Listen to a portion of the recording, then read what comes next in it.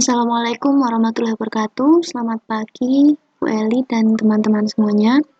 Kami dari kelompok 5 akan mempresentasikan hasil diskusi tentang mengkaji analisis regresi. Sebelumnya perkenalkan anggota kelompok kami ada Wanda Aziza NPM 036, kemudian saya Alifia Dwi Arini NPM 033 dan Lili Inayatul Ma'rifah NPM 062. Yang pertama adalah prasyarat menggunakan analisis regresi. Analisis regresi pada dasarnya adalah studi mengenai ketergantungan satu variabel dependen atau terikat dengan satu atau lebih variabel independen atau variabel penjelas atau bebas, dengan tujuan untuk mengestimasi dan atau memprediksi rata-rata populasi. Seorang peneliti yang menganalisis data penelitiannya dengan analisa regresi harus mengacu kepada kriteria atau persyaratan agar hasil penelitiannya benar-benar dapat diterima masyarakat. Kriteria yang harus dipenuhi tersebut adalah instrumen penelitian berupa kuesioner, terlebih dahulu dilakukan uji validitas dan reliabilitas, kemudian dilakukan uji asumsi klasik, dan selanjutnya uji hipotesis, uji T dan uji F, membuat persamaan regresi dan menganalisis koefisien determinasi atau R2. Selanjutnya menguji hipotesis karakteristik dependensi. Yang pertama ada regresi sederhana. Dalam analisis regresi sederhana, hubungan antara variabel bersifat linier, di mana perubahan pada variabel X akan diikuti oleh perubahan pada variabel Y secara tetap.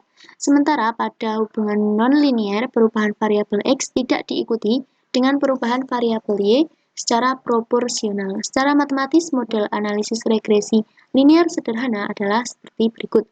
Nah, rumusnya adalah Y sama dengan A plus BX plus E, di mana Y adalah variabel dependen atau respons, A adalah intercept atau konstanta, B koefisiensi regresi atau slope, dan E adalah residual atau error. Kemudian yang kedua adalah regresi berganda. Regresi berganda adalah model regresi atau prediksi yang melibatkan lebih dari satu variabel bebas atau prediktor.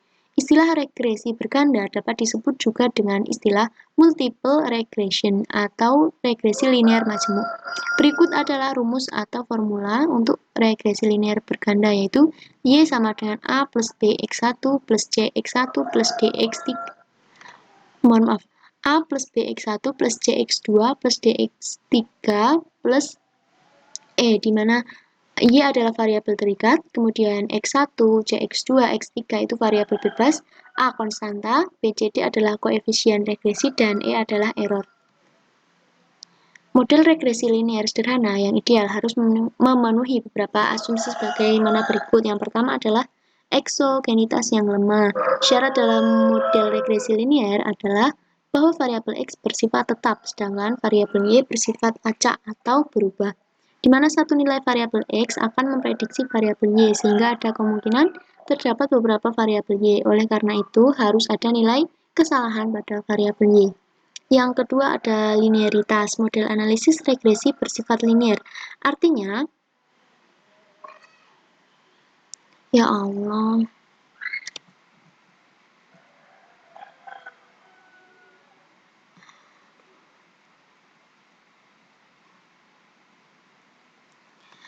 mohon maaf, yang kedua adalah model linearitas.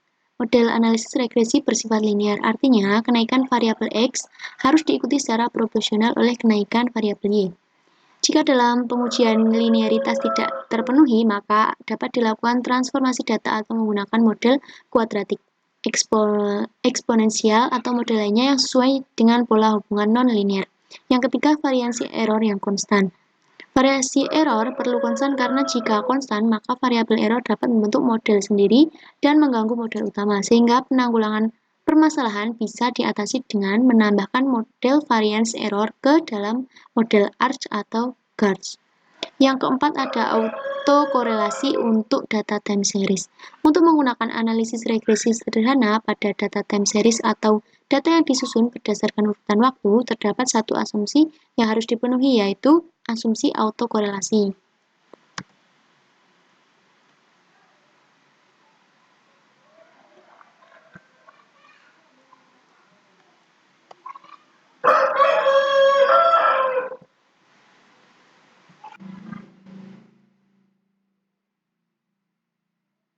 Baik, yang selanjutnya adalah pengaplikasian uji regresi pada data. Di sini ada contoh kasus, seorang mahasiswa akan meneliti apakah terdapat pengaruh promosi terhadap volume penjualan pada perusahaan-perusahaan di Kabupaten Malang. Untuk kepentingan penelitian tersebut diambil 10 perusahaan sejenis yang telah melakukan kegiatan promosi. Dari kasus tersebut dapat kita ketahui rumusan masalahnya, yaitu apakah terdapat pengaruh antara biaya promosi terhadap volume penjualan perusahaan. Kemudian untuk hipotesisnya, terdapat pengaruh antara biaya promosi terhadap penjualan perusahaan. Dan yang keempat, kriteria penerimaan hipotesisnya H0 tidak terdapat pengaruh antara biaya iklan terhadap penjualan perusahaan, dan H alternatifnya terdapat pengaruh antara biaya iklan terhadap penjualan. Nah, untuk tabelnya adalah sebagai berikut.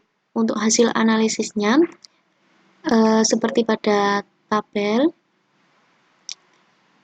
interpretasi hasilnya yaitu Y sama dengan 45800,119 plus 1,512X.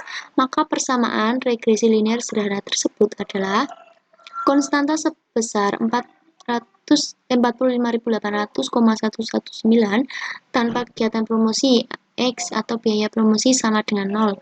Maka volume penjualan Y nilainya sebesar 45.800,119. Koefisien regresi variabel biaya promosi X sebesar 1,512. Jika biaya promosi mengalami kenaikan sebesar Rp1, maka volume penjualan Y akan mengalami peningkatan sebesar Rp1,512. Sebaliknya, jika biaya promosi mengalami penurunan Rp1, maka volume penjualan Y akan mengalami penurunan sebesar Rp1,512. Nah, untuk interpretasi hasil uji T digunakan untuk mengetahui apakah variabel biaya promosi X berpengaruh secara signifikan terhadap variabel volume penjualan atau Y. Berdasarkan tabel koefisien diperoleh nilai uji T sebesar 4,785 dengan nilai signifikansi sebesar 0,01 yang bermakna bahwa hasil berpengaruh signifikan karena 0,01 kurang dari 0,05. Nah, taraf signifikansinya yaitu 5% dan secara otomatis HA diterima dan H0 ditolak. Nilai signifikansi sebesar 0,01 memberikan makna bahwa tingkat kepercayaan yang diberikan sebesar 99,9%. Tingkat kepercayaan ini lebih tinggi dibanding dengan tingkat kepercayaan yang diisyaratkan yaitu 99%, dengan alfa adalah 5%. Kesimpulan bahwa terdapat pengaruh secara signifikan antara biaya promosi dalam kasus ini dapat disimpulkan bahwa biaya promosi berpengaruh terhadap volume penjualan pada perusahaan-perusahaan di Kabupaten Malang.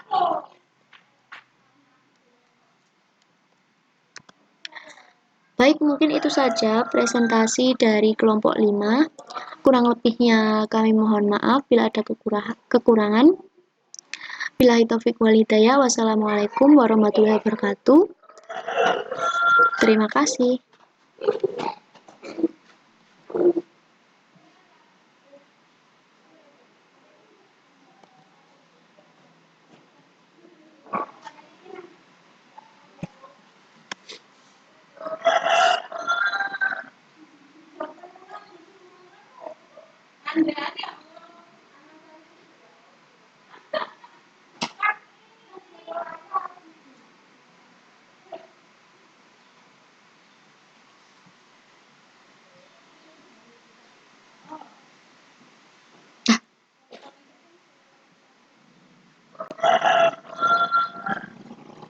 Waalaikumsalam.